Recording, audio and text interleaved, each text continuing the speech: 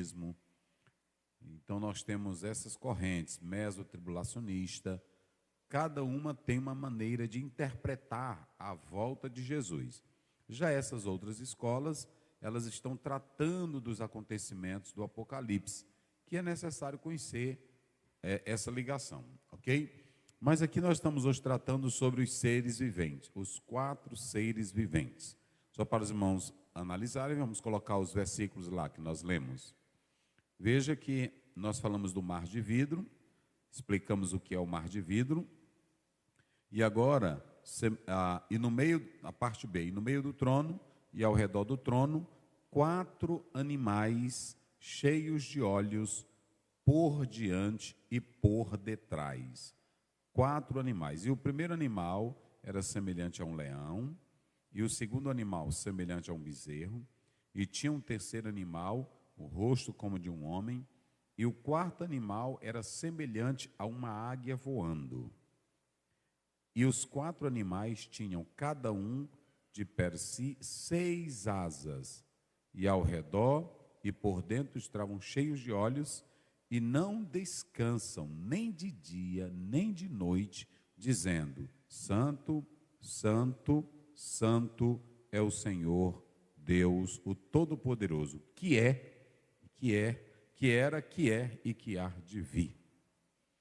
E quando os animais davam glória e honra e ações de graça, os que estavam assentados sobre o trono, e ao que vive para todo sempre.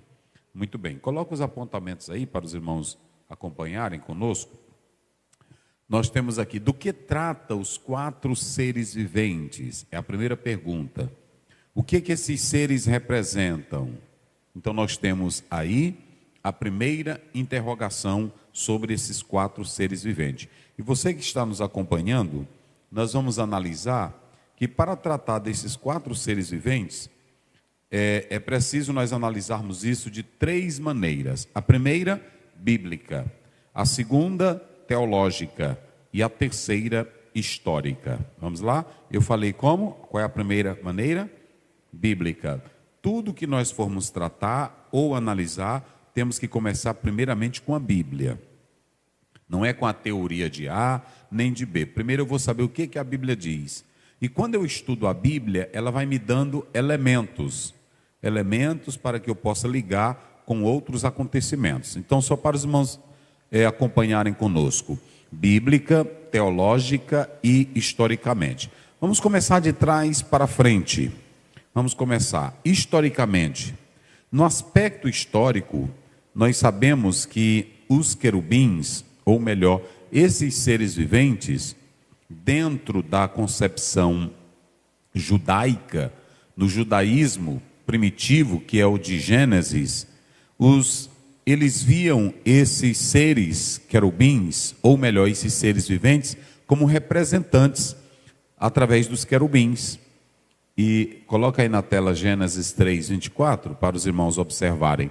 Então tinha da parte do judaísmo 2 concepções sobre esses seres viventes. O que eles diziam sobre os seres viventes? Coloca aí, Gênesis 3:24, vamos lá. Olha aí, leia para me ajudando aí, vamos lá.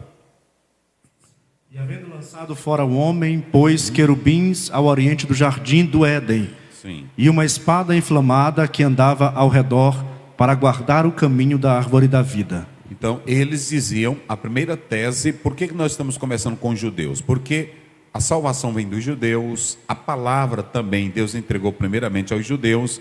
Então, qual era a ideia que eles tinham sobre esses seres viventes? Representavam, ou na verdade, eram os querubins. Vamos ler Êxodo 25:20.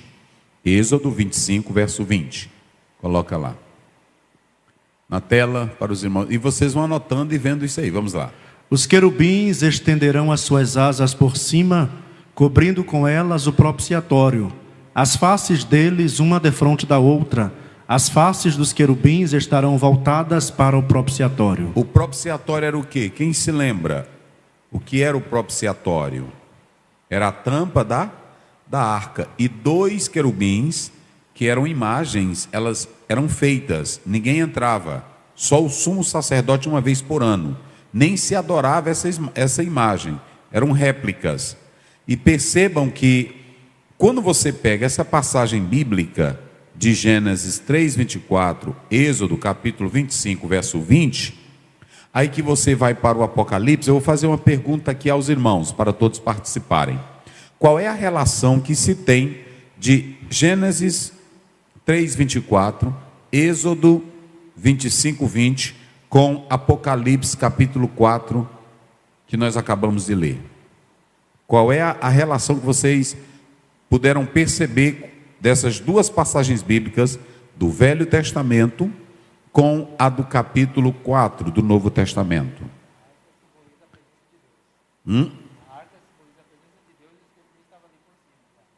Não ouvi. A arca simboliza a presença de Deus. Isso, a arca simboliza a presença de Deus. Isso, o senhor está certo. Agora eu quero que veja, coloca lá o texto de Apocalipse, irmão. Coloca lá o texto de Apocalipse. Olha, é só você pegar agora a sua Bíblia, e aí você pega Gênesis 3:24, Êxodo 25:20, e aí o que acontece? Ó, os 4 animais cheios de olhos por diante e por detrás. Pode passar. Olha aqui agora.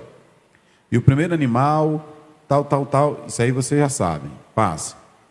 E os 4 animais tinham cada um de per si 6 asas, e ao redor e por dentro estavam cheios de olhos, e não descansam, nem de dia, nem de noite, dizendo: Santo, Santo é o Senhor, Deus o Todo-Poderoso, que é e que há de vir. Pode passar. E quantos animais davam glória e honra e ações de graça ao que estava assentado sobre... Qual é a relação que vocês fizeram aí agora? Bem aí já dá para vocês perceber. Os querubins estão sempre relacionados ao quê? Ao trono de Deus. Entenderam? Quando você vai para Gênesis, a Bíblia deixa isso bem claro. Eles guardam a entrada. Quando você vai para o propiciatório, naquela réplica para representar a proteção da presença de Deus, quem é? Os querubins. E aqui vocês podem observar que esses seres, aqui esses animais, eles estão ao redor. Por isso que alguns estudiosos chegam a dizer que esses seres aqui são os querubins. Mas aí nós temos uma questão: por que 4 seres viventes? Então, a ideia judaica é que seriam esses querubins. Mas também a ideia judaica é que esses 4 animais, conforme eles mesmos dizem, representavam, quando nós lemos Números, capítulo 2, eles dizem que eles representavam as tribos de Israel. Então essa é a ideia judaica. E nós estamos mostrando aqui no contexto histórico de como eles viam essa questão. No contexto histórico, nós temos alguns pais da igreja, como Irineu, e outros que viam nesses seres angelicais, ou esses 4 seres viventes, como está em Apocalipse. O texto não diz, mas são análises dos pais da igreja, como Irineu, que eles representavam o evangelho. Nós temos 4 evangelhos, e cada evangelho, ele representa algo da natureza de nosso Senhor Jesus Cristo. Quem se lembra aí? Quem fez a ETAD sabe disso. Quem fez qualquer curso teológico também sabe disso. O evangelho de Mateus, vamos lá, quem se lembra? Eu coloquei ali que Irineu via esses 4 seres viventes da seguinte maneira. Se vocês atentarem aí, a primeira coisa, Mateus representa o evangelho do homem, não é isso? O evangelho do grande rei, Mateus 28. Quando você vem para o evangelho de Marcos, aí alguns falam da águia ou do boi, que era o servo. Quando você vem para o Lucas, é o bezerro. E alguns falam do evangelho de João como águia. Então essa era a interpretação que alguns pais da igreja faziam. Só que nós temos interpretações, quando se fala da humanidade de Cristo, dos 4 seres viventes, eles tratam o evangelho de Mateus como o evangelho do grande rei, não é isso? Marcos, o evangelho representando um boi, que é o servo. Aí tem o evangelho de Lucas, e o evangelho de João, que eles falam representando a águia. Só que aqui Irineu tinha essa concepção, como nós estamos mostrando. O evangelho de Mateus representando o homem, o evangelho de Marcos ele estava representando a águia, o evangelho de Lucas o bezerro e o evangelho de João a águia. Assim ele percebia. Mas eles tinham, os pais da igreja tinham essas conotações. Então, o que esses seres representam? Muitos estudiosos, teólogos, porque, irmão, não tem ninguém, vou logo dizer para vocês, não tem ninguém bom em Apocalipse. Quero logo dizer para vocês, vocês podem comprar o livro que vocês quiserem. Não existe doutor em Apocalipse. Primeiro, porque nós temos um livro que ele está escrito de modo, com uma linguagem simbólica, e que nós sabemos que de Cristo, eles tinham a mesma ideia que nós estudamos hoje.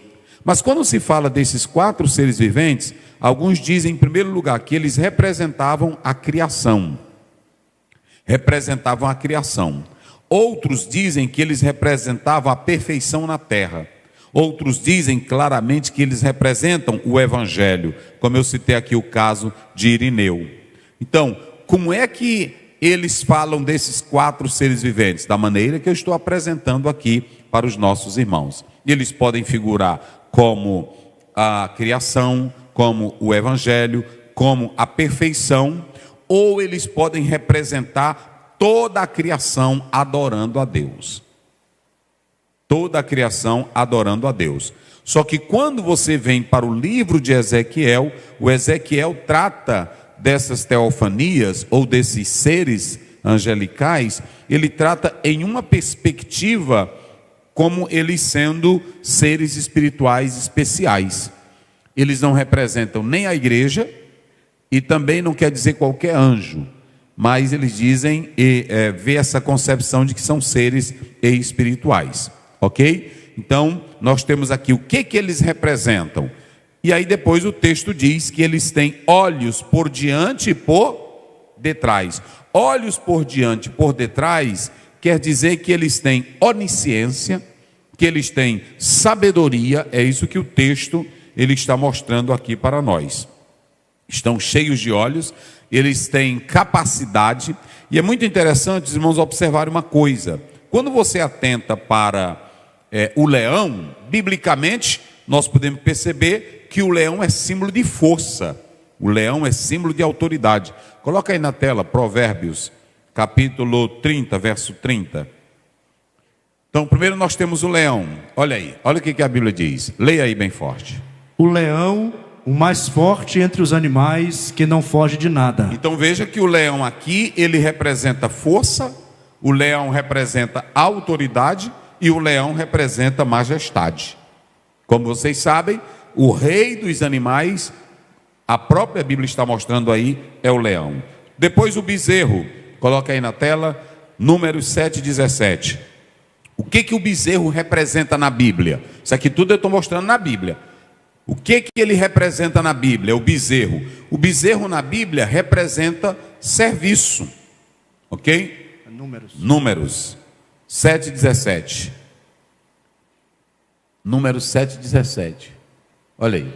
E para sacrifício pacífico 2 bois, 5 carneiros, 5 bodes, 5 cordeiros de 1 ano. Esta foi a oferta de Naasson, filho de Aminadab. Então veja bem, eu estou dizendo que se você pegar, vamos lá para Apocalipse, Daniel.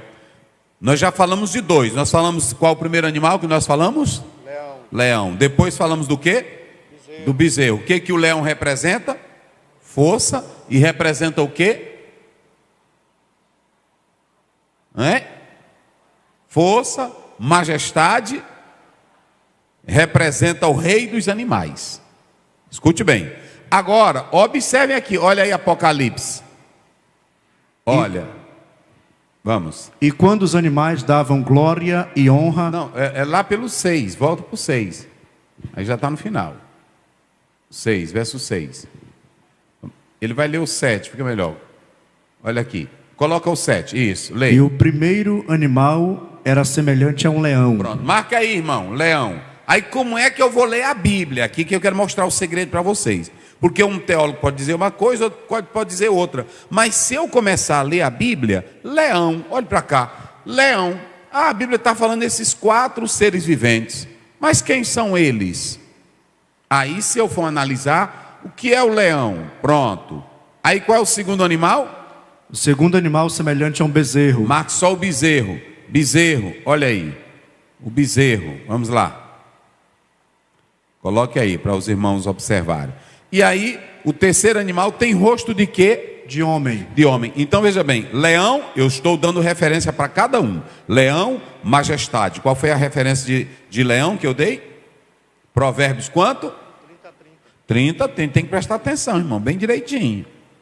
Quem gosta da Bíblia, quem quer estudar e entender, é aqui. 30. O segundo animal que eu falei é o quê? O bezerro. Representa serviço, sacrifício.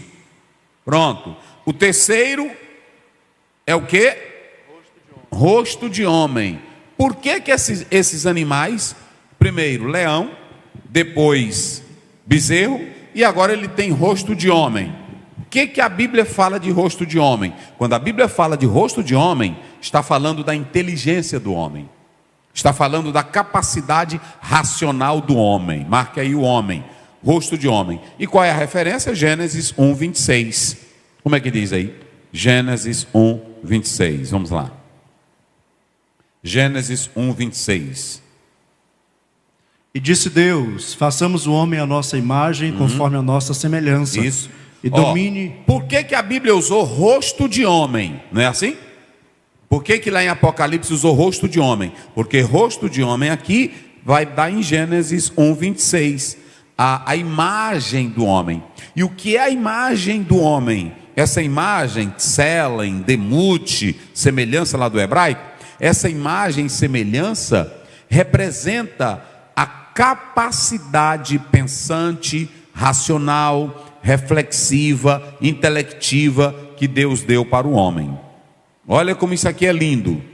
Quando Deus fez o homem lá no Éden, Deus, ele para distinguir os homens dos animais, e é aqui que é algo bem interessante. Se o homem não é um animal, se o homem é diferente dos animais, se Deus distinguiu o homem dos animais, por isso que em Salmo 8, o homem é chamado a coroa da criação, porque nenhum animal tem a imagem de Deus.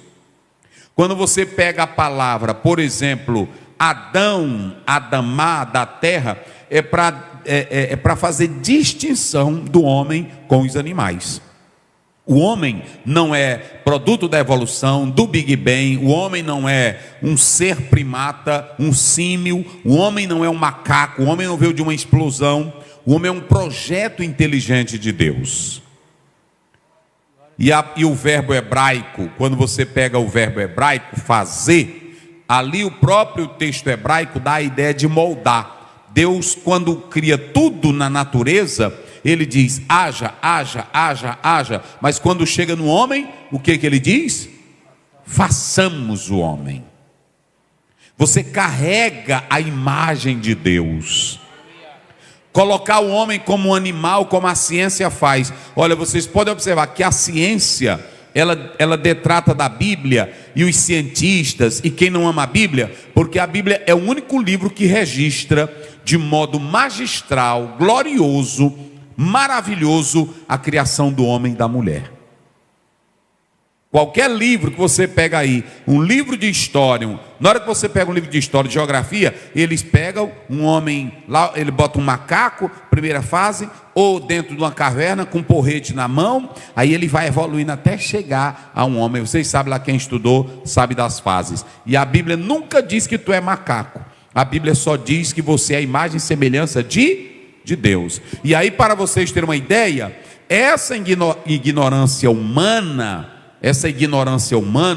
porque quando vocês atentam para o racismo que é feito contra negros, negras, e nem o Darwin tratou disso na teoria da evolução, porque quando você estuda o aspecto histórico, o homem lá atrás não era escravo, não era por causa da sua cor, era por causa da posição social. Tinha pessoas, a Bíblia mostra que no Velho Testamento as pessoas se tornavam escravas por causa da sua condição financeira, como é o caso lá do capítulo 4 de 2 Reis, que a mulher diz: vão levar os filhos para serem credores.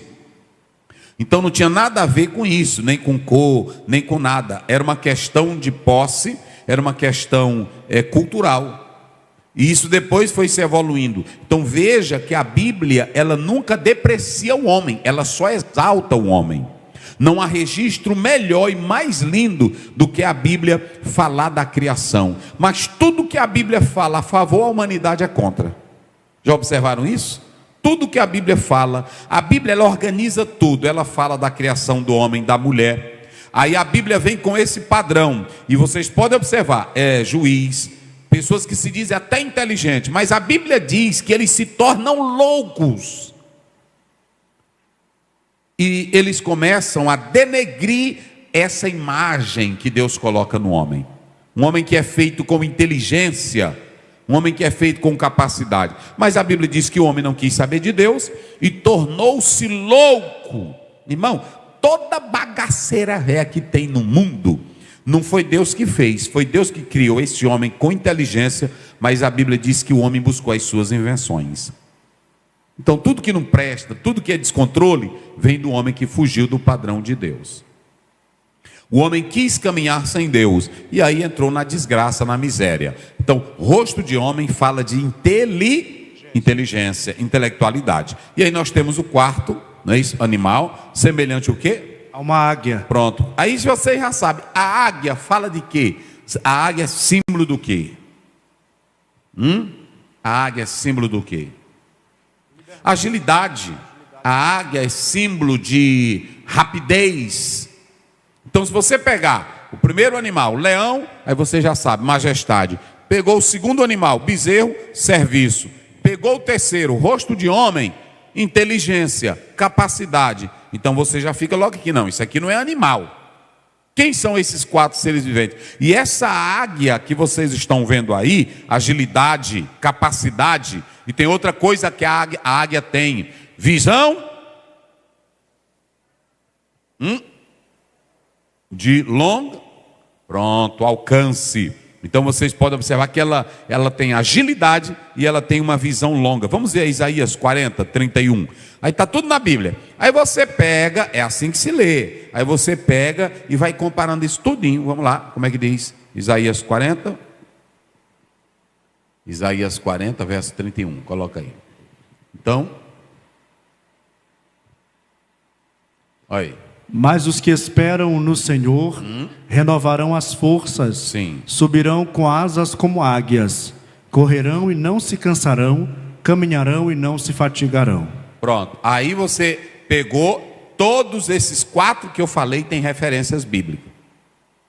Aí quando você pega os 4 que tem referências bíblicas, porque hoje tem irmão que vai estudar a Bíblia, ele não estuda a Bíblia, ele vai logo para um livro de teologia, ele vai logo para um livro que ele compra de escatologia, e ele só quer saber logo o que o outro diz. Você só pode ir para o livro depois que você consultar esse livro aqui, para saber se o autor que está lá, se ele tem Bíblia também, ou se ele apenas está repetindo o que os outros dizem. Existem autores aí que eu leio, eu não vou citar nome aqui, com respeito, que é filmado, mas tem comentários bíblicos de autores brasileiros que eu leio, e aí quando você vai lá, é a mesma coisa que o Champlin está dizendo. O comentário todinho é o de Champlin, o comentário todinho, pronto. Tem um outro um comentário americano que eu tenho lá em casa, que aí eu estava lendo e eu fui pesquisar no outro comentário, é o mesmo comentário do outro que ele copiou. Ou seja, as pessoas só copiam e não interpretam. Por que não interpretam bem? Porque primeiro querem ir para a teologia. A teologia só é boa se ela começar primeiro com a Bíblia, porque a teologia sistemática, ela nasce da Bíblia. Nós temos vários ramos da teologia, que eu não vou entrar nesse mérito aqui. Mas nós temos que entender que, em primeiro lugar, é a Bíblia. Não existe teologia sistemática sem a Bíblia. Pode ter teologia filosófica, teologia histórica, teologia... Mas, se não tiver a Bíblia, porque até a teologia histórica, ela nasceu em debates, ao longo da história da igreja, nasceu em debates teológicos que discutiam assuntos da Bíblia. E para resolver, eles consultavam a Bíblia. O que não resolviam com a Bíblia, resolviam